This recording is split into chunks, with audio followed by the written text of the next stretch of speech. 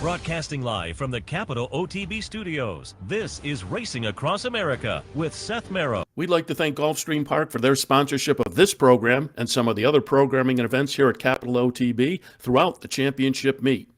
The Gulfstream Park Championship meet runs now through the early April Florida Derby weekend, featuring high-quality racing throughout. Once again, we'd like to thank Gulfstream Park for their sponsorship.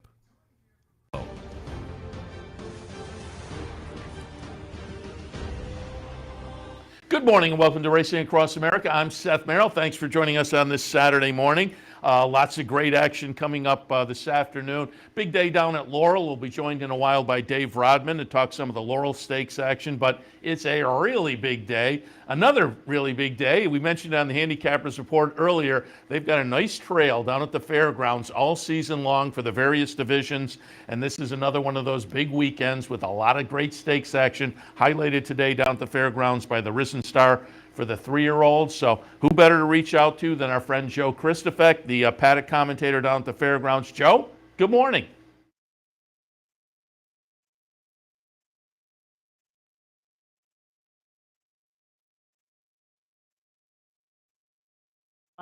Fast main track on the turf for the 3 stakes, and jam-packed 13-race card, $500,000 guaranteed, late all-stakes pick 5 with that low 15% takeout. Certainly a wager you want to get involved in. Yeah, great day, great wagering opportunities, big, full competitive fields. We'll talk about the Risen Star in just a second. But talk also about New Orleans and what it's going to be like over the next few days, because it is a big week coming up, not just at the racetrack, but down in New Orleans as well. Yeah, just looking forward to getting started. I mean, the whole week leading up to it, just a lot of hype here about Hoosier Philly and a lot of the 3-year-old males on the road, the Kentucky Derby needing to prove themselves, going a mile and an eighth, and we'll see how it all shakes out. I'm ready to put them in the starting gate. Nice. All right, let's jump in. Fairgrounds, 13th race today. It's going to go off our time about 7:15. The Risen Star for the 3-year-olds. I'm going to pull up a replay of the Smarty Jones. And I said on the handicapping show earlier, boy, I really like Victory Formation. And Victory Formation is going to be the winner here, the number 8 horse. Angel of Empire is going to run second, the number 7. And I would have gone with Victory Formation, but boy, the 13 post, I think, is a little bit of an obstacle. So I went with the horse that ran second. I'm going to go with Angel of Empire on top, Victory Formation second. I think Harlow Cap is interesting, Tappett's Conquest. And I'm going to have some money on Sun Thunder if that one goes off at a price, because I liked Sun Thunder quite a bit in the Southwest. Disappointed there, but has been working nicely since for Ken McPeak. But I put Angel of Empire on top. What are your thoughts in the Risen Star? Yeah, we're thinking about this very similarly, Seth, and I hope when you're showing the replay of the Southwest, you're showing it through the gallop out, because that's where Angel of Empire is asked to go even further by jockey Joe Talamo. And I asked Brad Cox about that, and he said, yeah, that was by design. We think this horse wants to go at least a mile and an eighth. We asked him why, you started this horse's career at Indiana. And he basically said, we thought the horse needed some more time to develop, and he's developed even more nicely than we could have hoped. I think they're high on all 3 of their horses. Victory Formation, mile and an eighth, other speed in the race. Long run into the first turn should maybe help him sort himself out on the backstretch, but he's obviously undefeated and very proven. Then you've got the hype horse, Tappett's Conquest, who the clockers really like here, and I don't think you're going to get 6-1 on him. I wouldn't be shocked if he was vying for the favoritism with Victory Formation with all the hype I've heard. And then I'm with you. I think Angel of Empire is going to be the forgotten horse of the 3. He's 8-1 in the morning line, and I think we might get an even better price than that. Yeah, Luis Saez in for the ride. That intrigued me as well. You mentioned Tappett's Conquest. I heard you and the team yesterday on the radio with Steve Bick, and it seemed like there is plenty of buzz on Tappett's Conquest down there at the fairgrounds. Well, he probably should have won the allowance race. He was the best horse that day. Didn't have the greatest of trips. Galloped out in front. The Cox team was raving about how he was training going into that race, and maybe even more about how he's training coming out of it. So, yeah, he's the buzz horse, I would say, leading into the race this afternoon. And I don't think the value is going to be there, but I would not be surprised if he won. Yeah, it looks like a really great addition of the Risen Star. Looking forward to that. But I'm also looking forward to the 3-year-old fillies in the Rachel Alexandra. I think a lot of us are. I'm sure Tommy Amos is, because he has been high on Hoosier Philly throughout her career. We're going to go back and look at the Goldenrod back on November 26th, which wrapped up her 2-year-old season. Hoosier Philly's going to be the number 4 horse here, an easy winner to run her record to 3 for 3. I put her on top, but I said on the handicapping show earlier, I think Chop Chop, with a decent little number in the 3-year-old debut in the Silver Bullet Day, could be right in the ballpark and pretty mischievous for Brendan Walsh in the 3-year-old debut this afternoon. I think she's interesting as well, but I'm looking forward to seeing the 3-year-old season start for Hoosier Philly. Your thoughts in the Rachel Alexandra? I arrived at Fairgrounds in early December, and the local brigade of sports reporters that marginally cover horse racing were all telling me about this horse. There's been a lot of buzz, and finally we get to find out if she can back it up on the racetrack. A lot of people are aboard the hype train. I happen to be one of them. I know there's a lot of people that are willing to oppose her because they don't think she's necessarily as fast or even has an edge of any kind when it comes to speed figures against, the likes of Chop Chop and, maybe Miracle can get on the lead. Maybe Vava's going to take a step forward. A lot of people are looking to price shop and play against her, but she's been bored in her races. She hasn't even had to try. She's had 3 bullet workouts leading up to the Rachel Alexandra.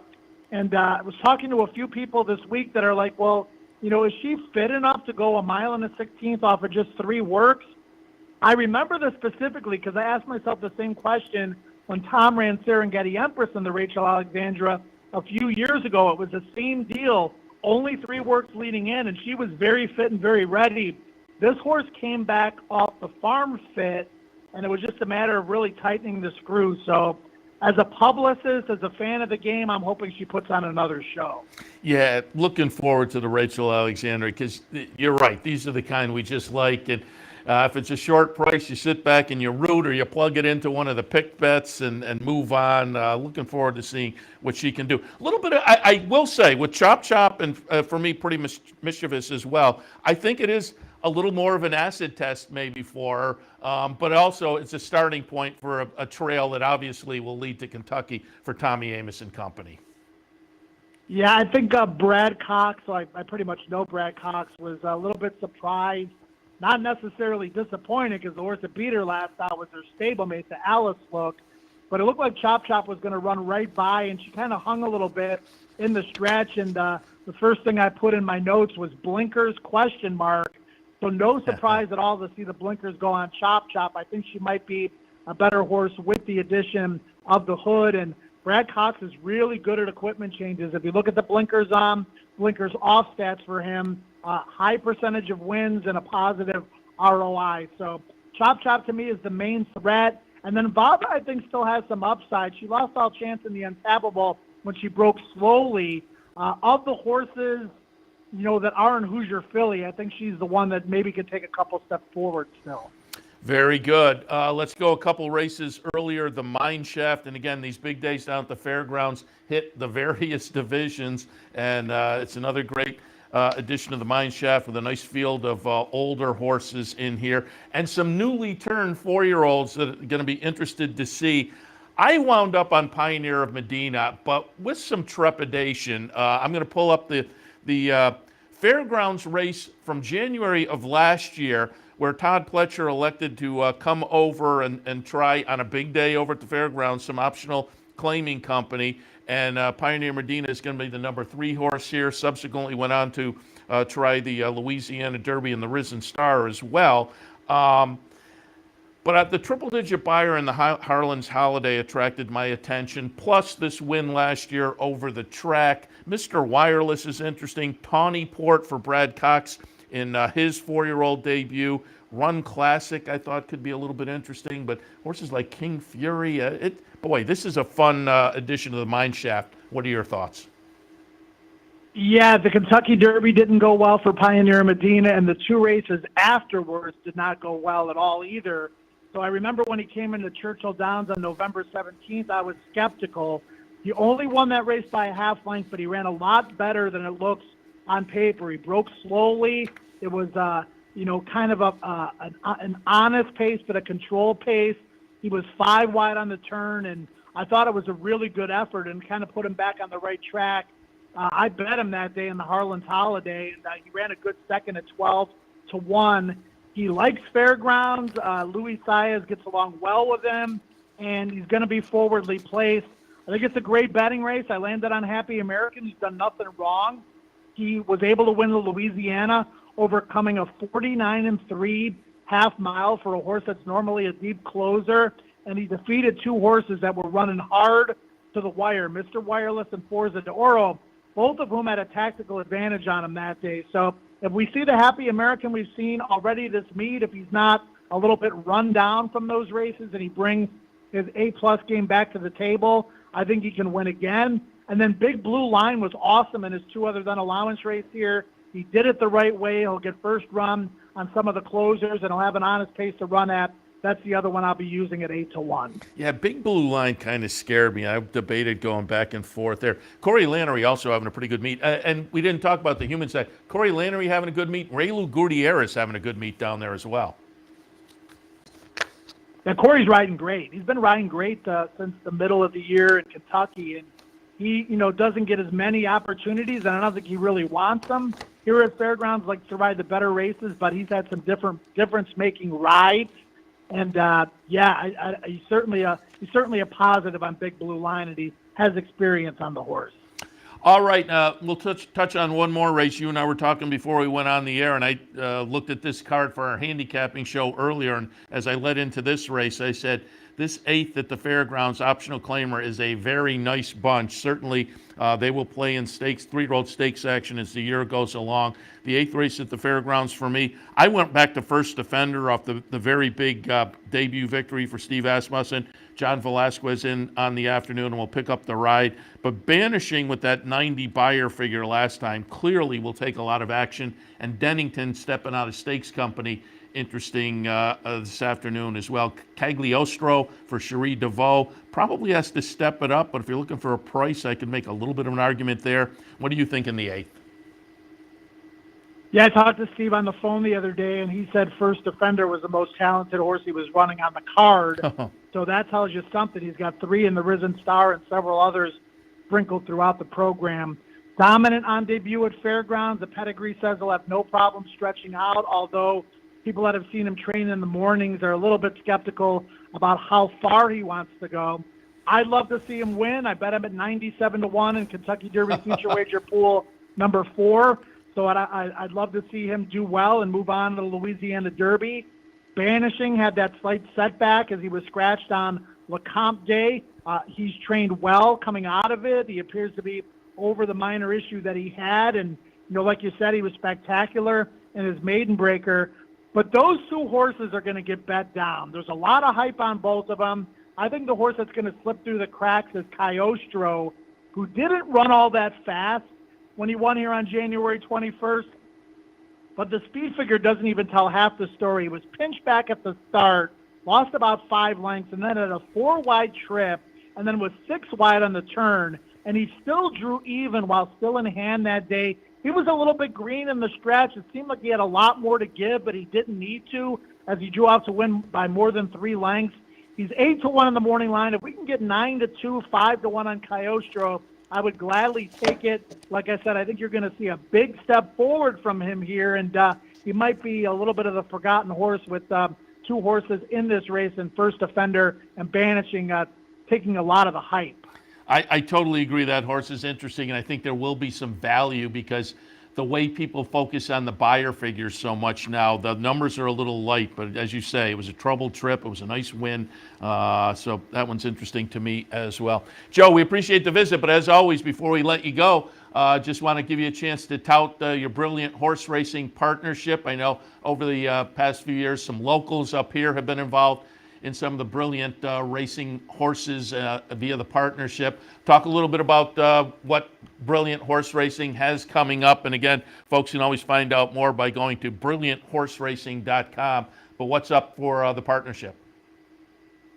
Yeah, we've been a little bit light on action lately. We've only got one horse here at the fairgrounds. He's an unraced Mastery gelding by the name of Remastered.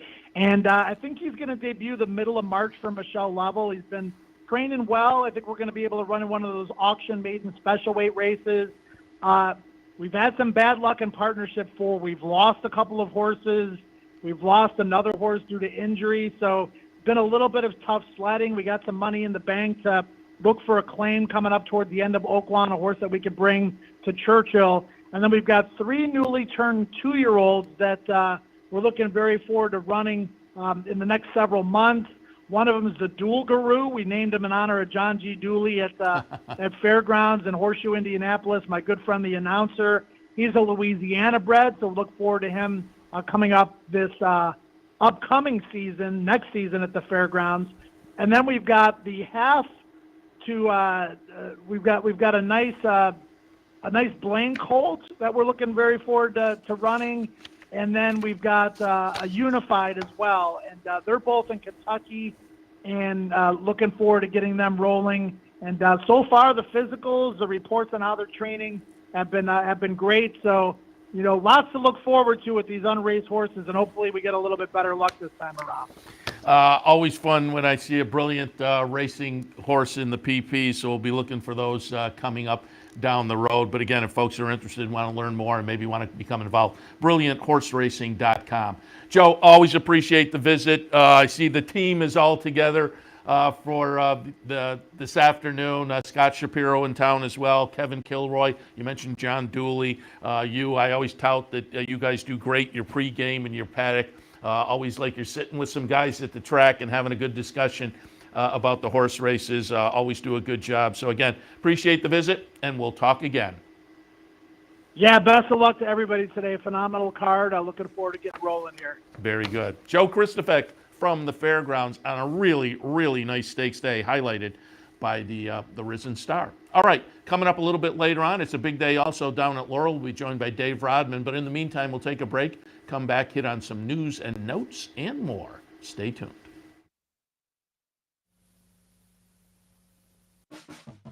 This is a championship meet. All the best jockeys in the world are here, and I'm excited to ride against them. You get to watch some really incredible, talented athletes out there. To us, it's a place to be in the winter. I love Gulfstream Park because of the racing. The palm trees, the beach is right here. The horse racing is some of the best in the country.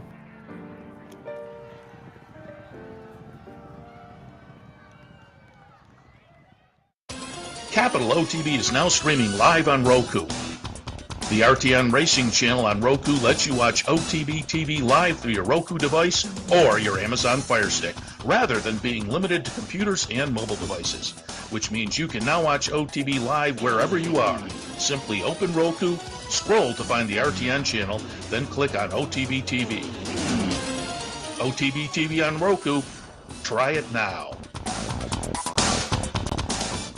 No matter where in the world you are, the excitement of wagering on horse racing is just a click away. You'll get live streaming, past performances, race replays, our virtual tote board, analysis and selections from professional handicappers, a simple, safe, and secure wagering platform, and best of all, you get track prices.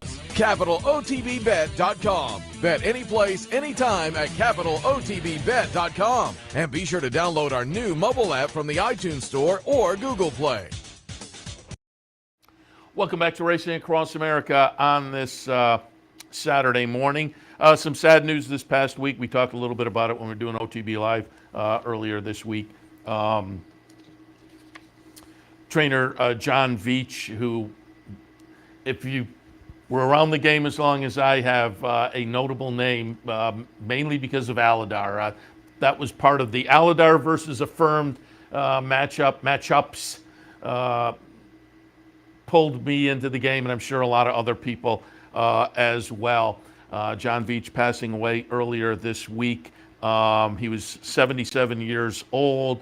Sad news. A lot of folks familiar with John in this area because, again, he was based a lot of the time in New York and wound up being a steward down in Kentucky a little bit later on.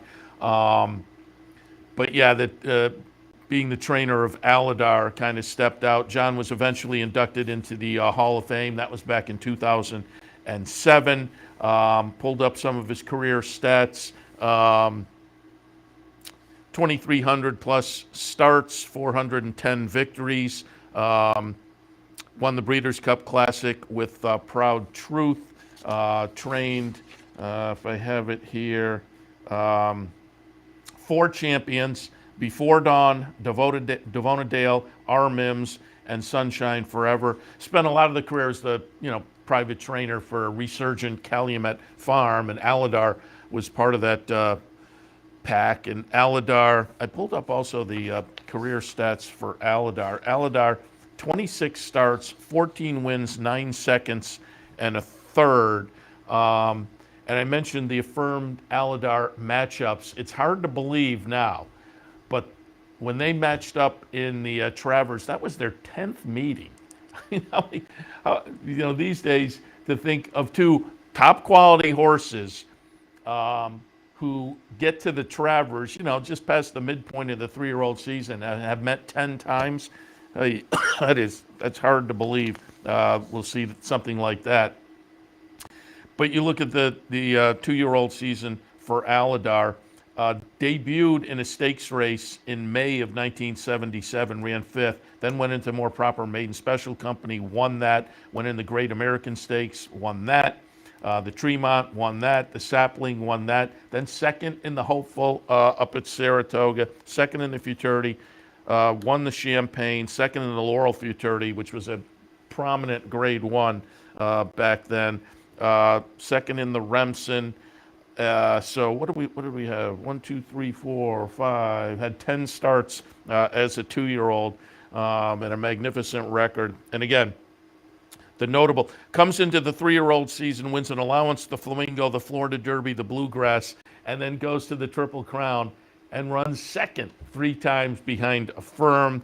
Goes out and wins the Arlington Classic, wins the Whitney against older horses, and then in the Travers runs second, but to Affirmed, but Affirmed gets disqualified. I was there that day, had a winning ticket on Aladar, so it worked out for me.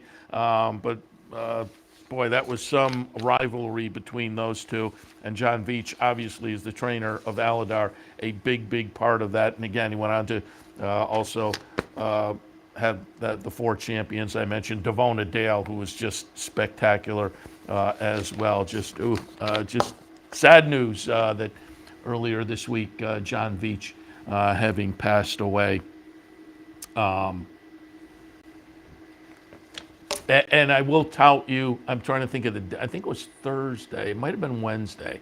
But you can go back, my colleague here, in the summertime, Loose on the Lead, Steve Bick and his Sirius XM radio show. Go back and pull up the archives, and you'll be able to tell because they'll list the guest, and you'll figure it out from there. It was either Wednesday or Thursday.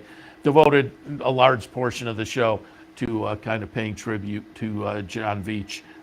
Had on, various people from the industry remembering him. Shug talked a little bit, but our friend and colleague, formerly here on the network, and John Veach's cousin, Mike Veach, kind of wound up the 3 hours on Bick's show. Again, it was either Wednesday or Thursday. If you go to the Steve Bick radio website, click on the archives.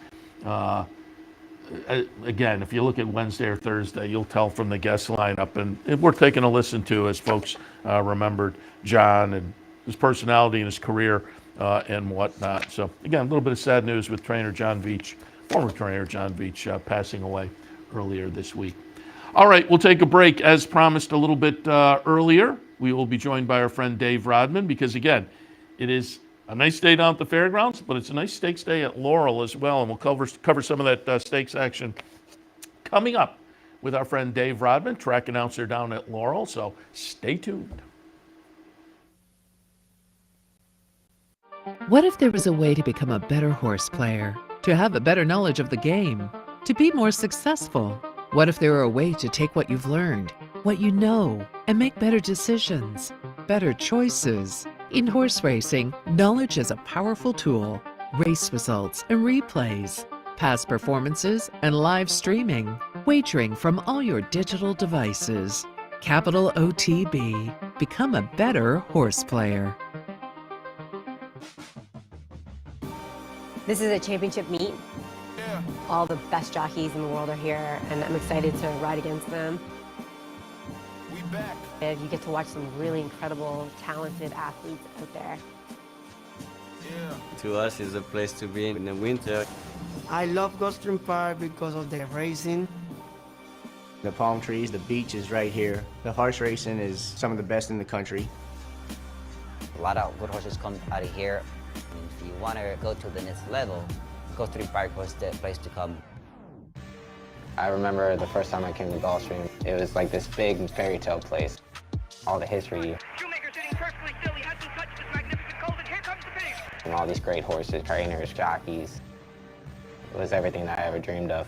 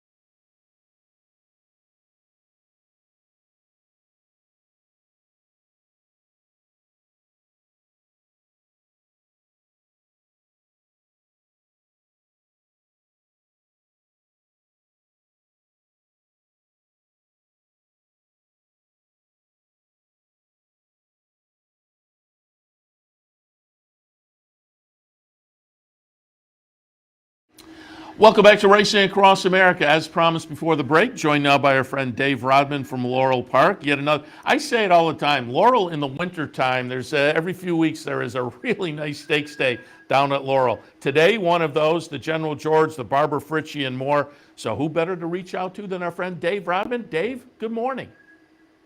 Yeah, I can hear you. Kind of 50-50, but I can make out what you're saying. Go ahead. Very good. I just was setting up the day, big stakes day down at Laurel. Give us a little update on what the weather looks like today. Well, we did not train on the track this morning. No training this morning because we had rain Thursday and Friday. It was not a heavy rain, but a good, steady, moderate rain. And the temps went from 62 yesterday to the upper 20s last night. Yeah. So right now, the track is listed as muddy because the track didn't really have a chance to dry out yesterday.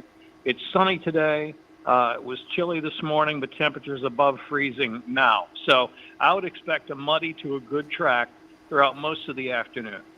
All right, let's jump into it. We'll work our way back to General George, a Grade 3 event. They're going to go 7 furlongs. I pulled up a replay of the fire plug. It's going to be number 5. Factor it in, getting it done under Yodel E-A-U. And I think factor in coming in off the 2 wins last time, 8 for 12 at Laurel is the direction I'm going to go. I thought Barron was a little bit interesting, coming off an allowance win down at Parks and a second to factor in 2 back. Pirate Rick is interesting off the triple-digit buyer 2 back. I'm just wondering if Pirate Rick isn't better at 6 furlongs. But again, I went with factor it in. What did you see in the General George? Yeah, well, Lynn Cash has a bunch of horses in today, and he seems to kind of have them cornered in this race, right? He's got Pirate Rick as the speed, Eastern Bay as the closer, and also Sir Alfred James, who's able to close from just off the pace as well. So I'm going to lean to one of the Lynn Cash runners, and that's the elder Eastern Bay, the Maryland bred. He's won 18 times. 12 of those wins here at Laurel. He's 12th authority for at this track, and a good run in the Bold Ruler last year as an 8-year-old. He's coming off a layoff, but he should have a suitable pace for him to run on us today.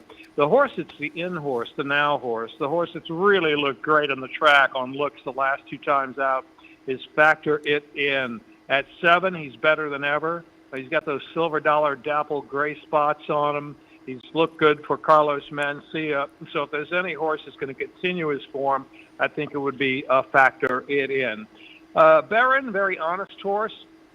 He's got a win and a second here at Laurel Park, and Frankie Pennington back aboard after a win at Parks. He was beaten by Factor It In as a favorite here at Laurel on December 30th, and I thought he beat him pretty fair and square. But the long shot to throw in your triple is Momo's. Yeah. He's 30-1 in the morning line from the Michael Trombetta barn. He was second behind John the Bear. He's able to close.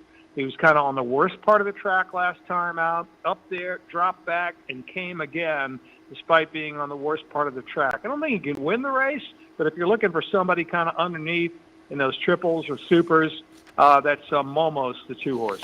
And I'm going to stick with Eastern Bay, one of the Lynn Cash horses in here in the 9th.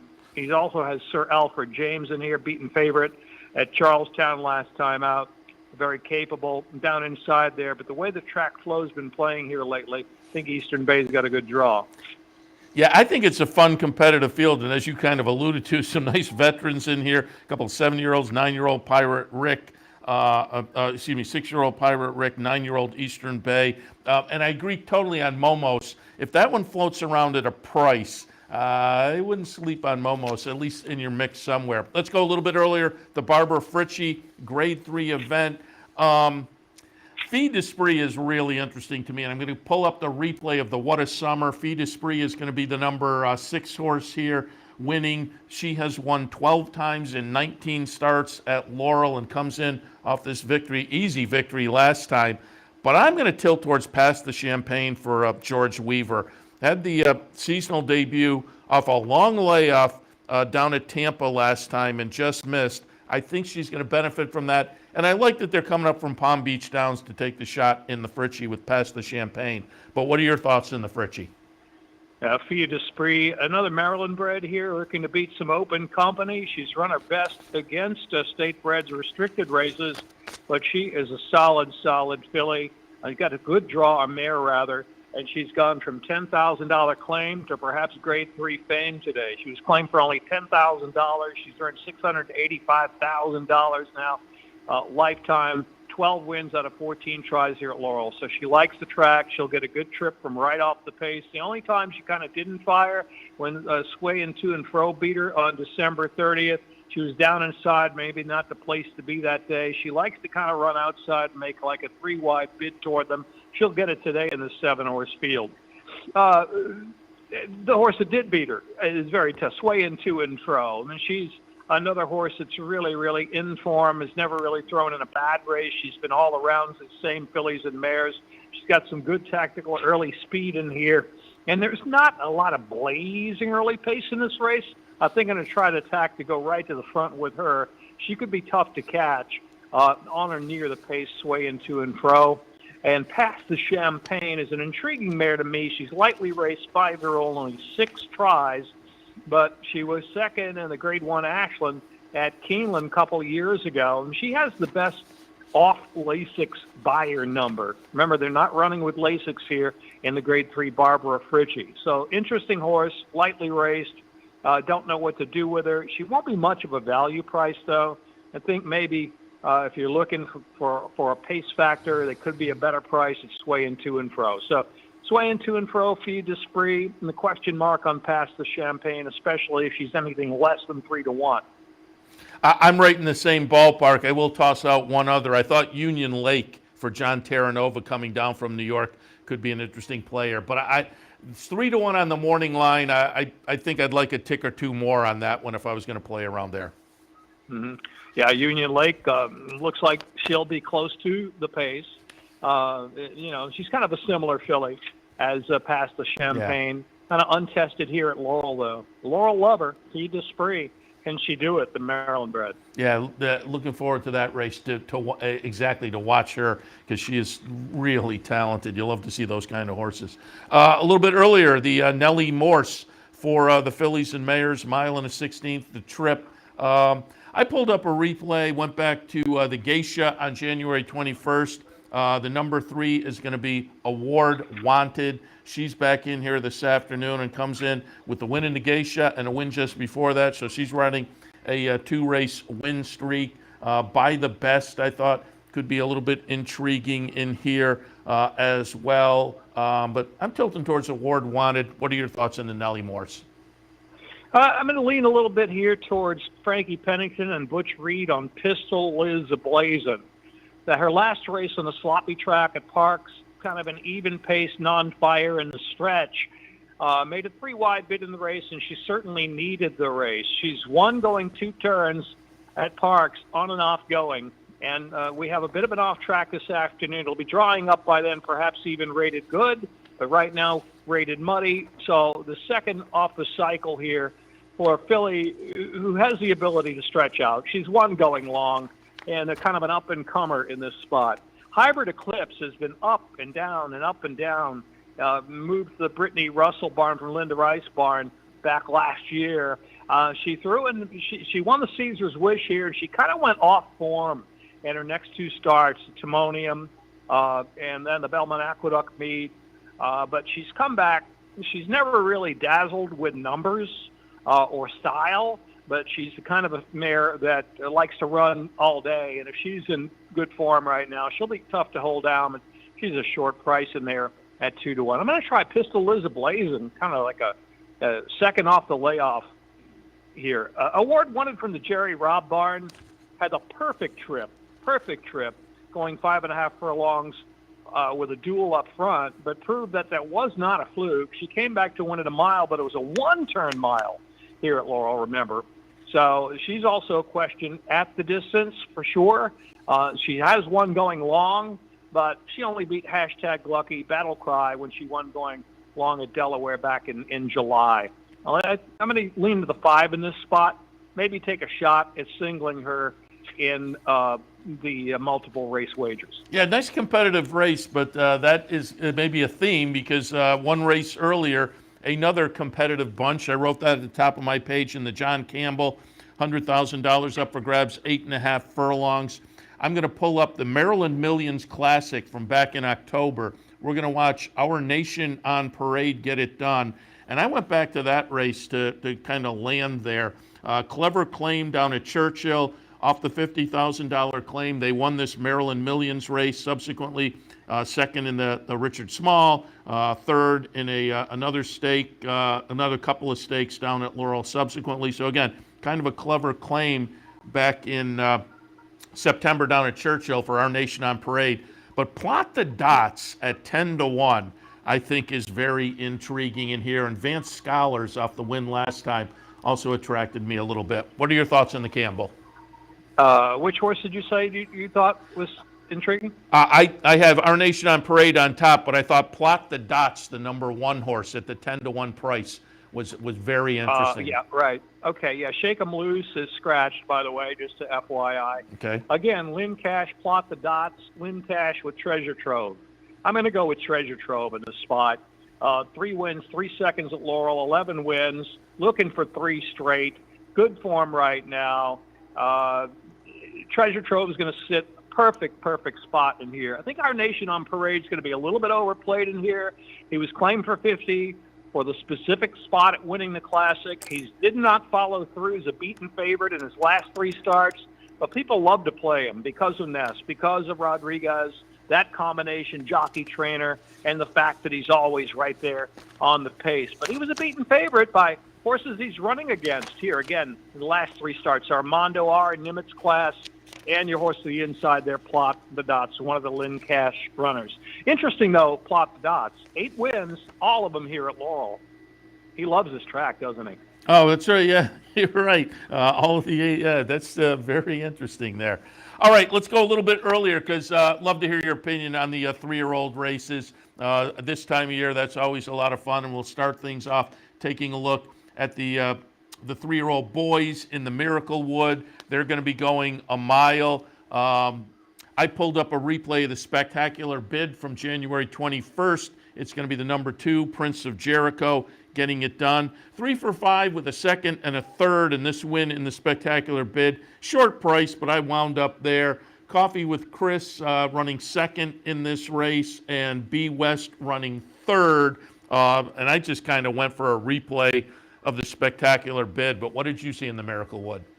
Yeah, he was conclusively best there over Coffee with Chris and B West that day, though B West did get in some trouble down the backstretch, lost his action, got lost in the shuffle there, but actually came on to run quite well in this spot. So I think you've got to use the 7 B West, but there's a little bit of a buzz in this race on number 2, Riccio. Oh, okay. Blinkers going on, and he's a first-time gelding. He's had 3 really good works since that race end of last year in the heft when he was beaten by Coffee with Chris and Prince of Jericho since then. So he's first-time gelding today.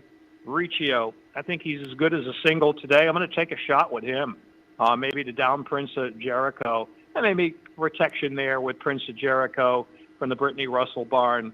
But first-time gelding, adding the blinkers, the works are solid coming into the race. And when he was beaten there by Coffee with Chris and Prince of Jericho, that was kind of a weird speed day.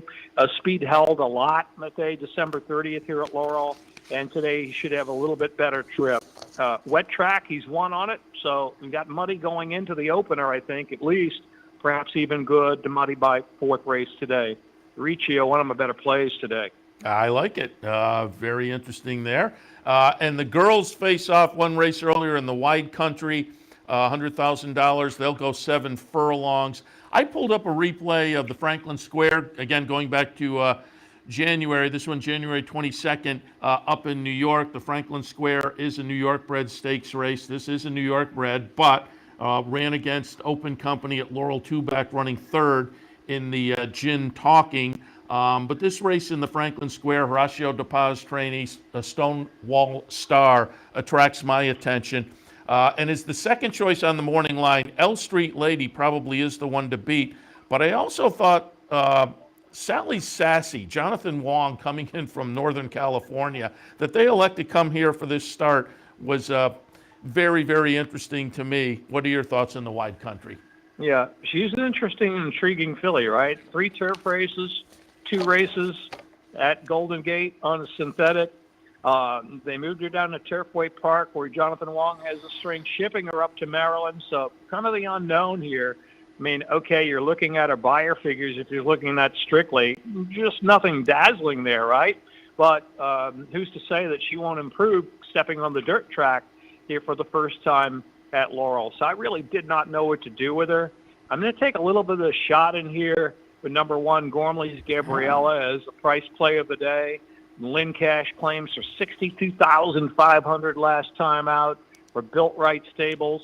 Adding the blinkers today, a filly I've followed ever since the Maryland Juvenile Filly Championship, where she was 3rd, a closing 3rd, kind of against the bias that day.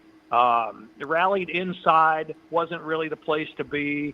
Speed a little bit better that day. Then she ran kind of a flat 4th behind Malibu Moonshine in the Gin Talking, perhaps maybe just kind of lingering. Maybe that's the reason for the blinkers today, right?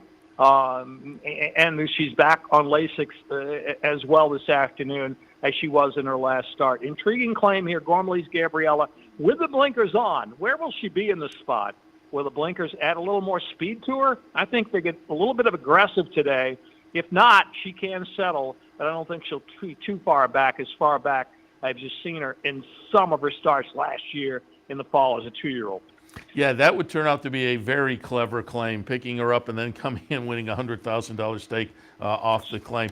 Fun card, really intriguing card. There's some nice opportunities there, including your 10-1 pop there, Gormley's Gabriella.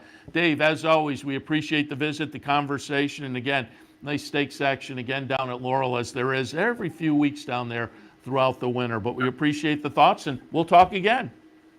Yeah, we have a winter Mardi Gras celebration today here at Laurel. We have all kinds of Mardi Gras decorations and food, and I'm going to have me a piece of king cake right now. Nice. Well, you got Chew judiciously with the king cake.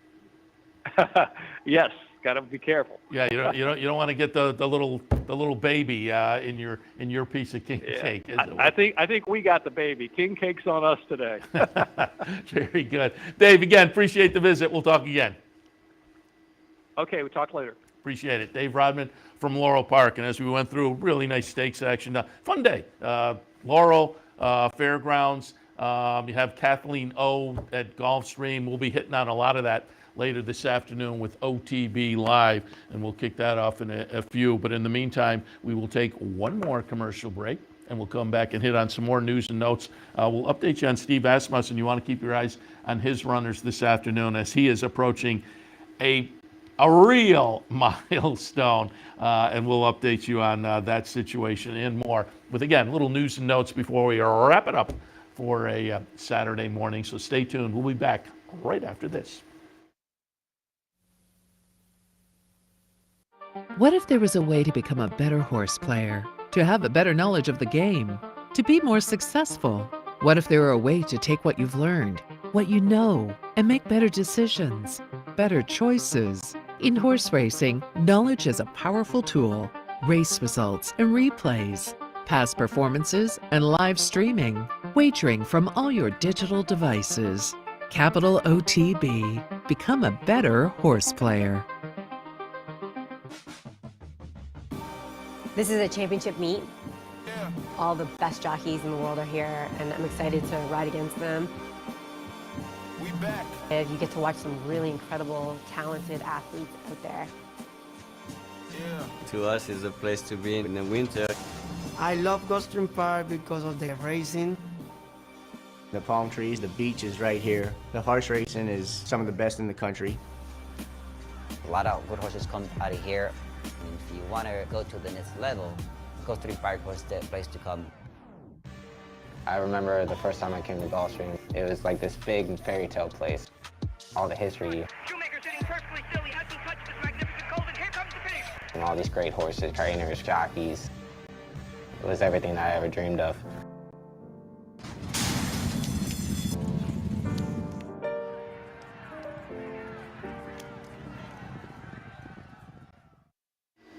Welcome back to Racing Across America on this Saturday morning. Seth Merrow in the studio. And again, thanks to Joe Kristufek taking us through some of the stakes action down at the fairgrounds. And also thanks to Dave Rodman taking us through the stakes action at Laurel. Two venues with some very, very nice action coming up this afternoon. I'm just pulling up the all-time trainers list because I wanted to see where Steve Asmussen was as compared to Dale Baird. Steve Asmussen, as I said, he's on the verge of a career milestone. He's 3 away from 10,000 victories. And currently Steve Asmussen sitting with 9,997. He's number 1 on the all-time list now and got that milestone up at Saratoga 2 summers ago. But he's 99.97. Dale Baird 94.45. So we're talking, 500 victories ahead of the second place finisher, Jerry Hollendorfer third, Jack Van Berg, King Leatherberry in the top 5. The next 5: Scott Lake, Todd Pletcher, Bill Mott, Wayne Lucas, and Richard Hazelton, who I admit I am not familiar with. But Asmussen sitting 3 away from 10,000.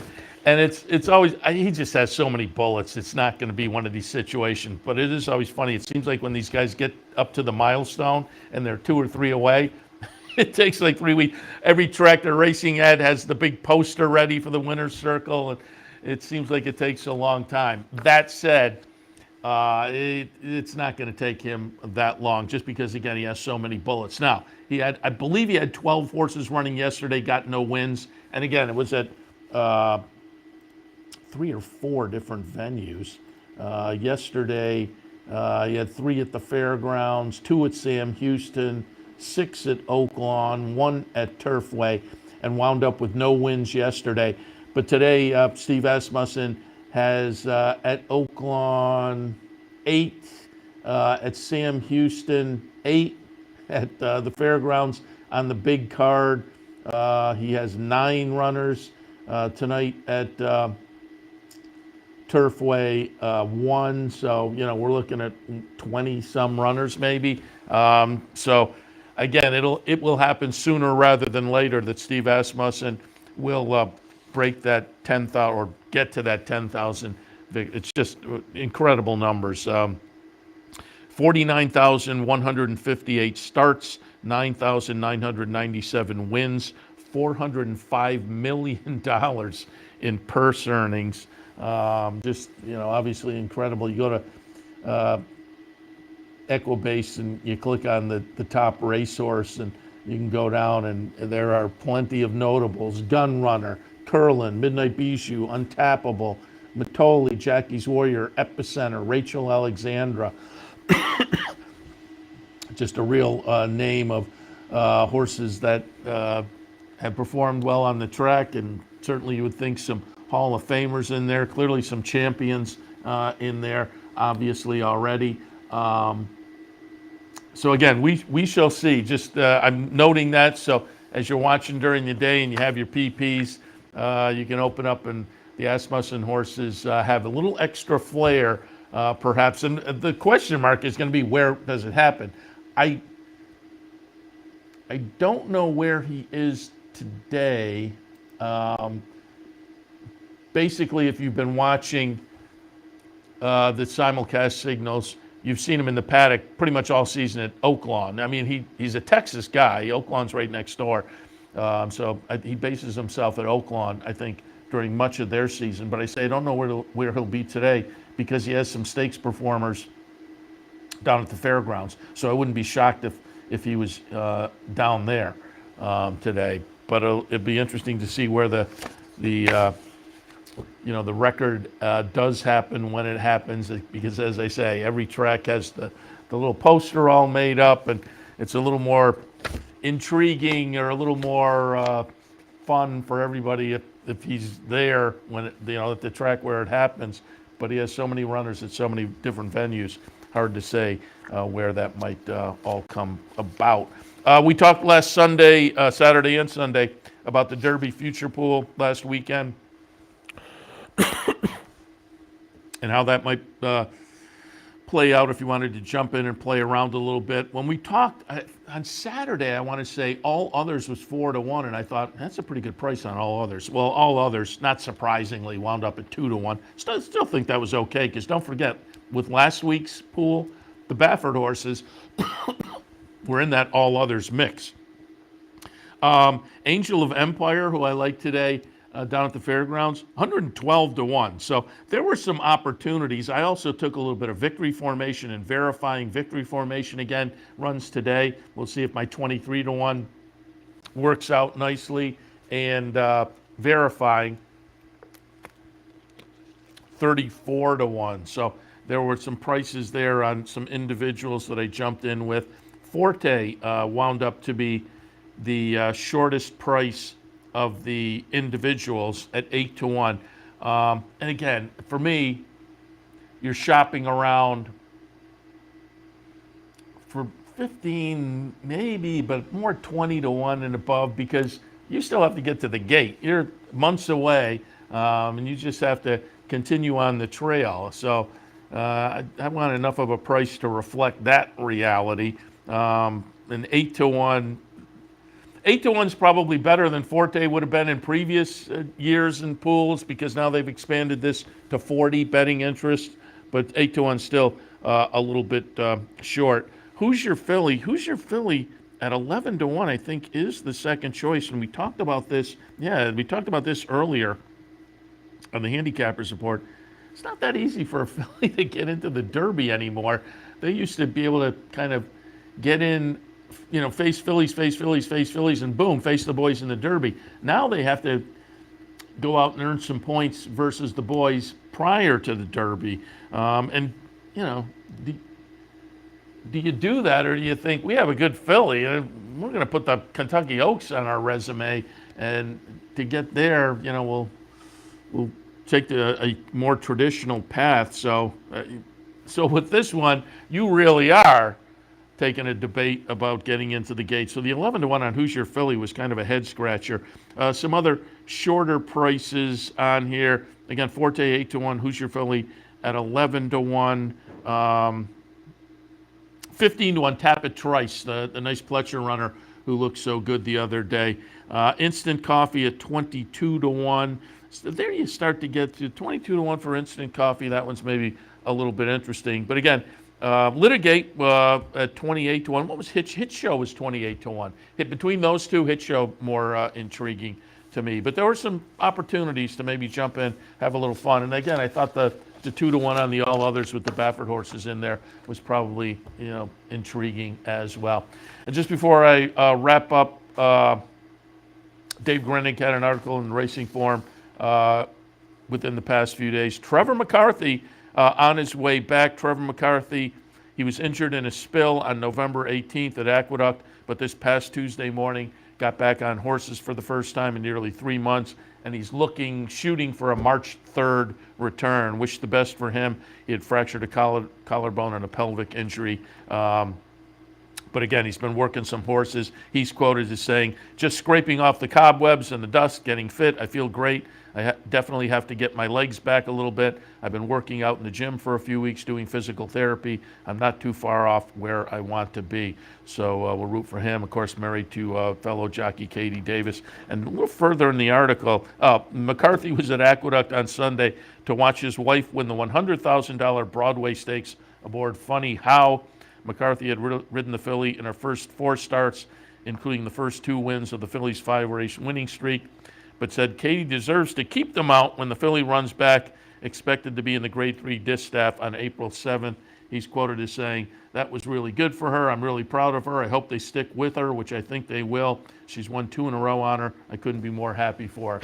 I guess the competitive spirit, when you got to go home and eat dinner with the other jockey. I can't see many situations where a jockey rides a horse and gets, goes to the sidelines for some reason, sees another jockey win on the horse and says, the other jockey should probably keep them out. But when it's your wife, again, Katie Davis did ride her very well, so we'll see what happens with Funny How going forward. But I thought it was funny. You don't see that too often. Yeah, she should keep them out. But as I say, when you're going home and the other jockey is the one you're living with, I guess you can feel a little bit better. Well, and that's probably true too. The winner's share of the jockey's share of the winning purse goes right into the joint bank account probably. So that all works out as well.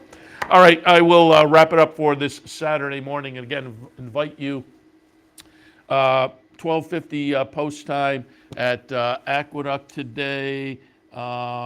We are looking at down at the fairgrounds. Their post time is going to be about 1 o'clock our time. I'm going to have some Gulfstream in the mix today as well.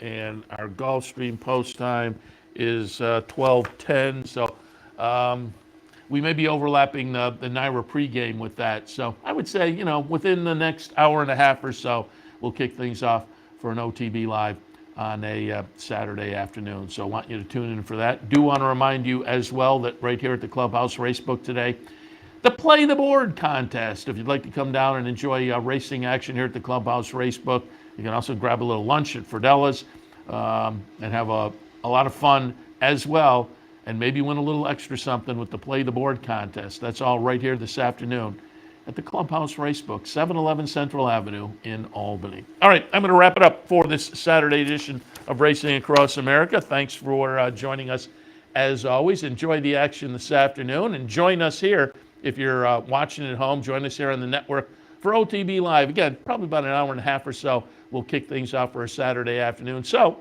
we'll see you then.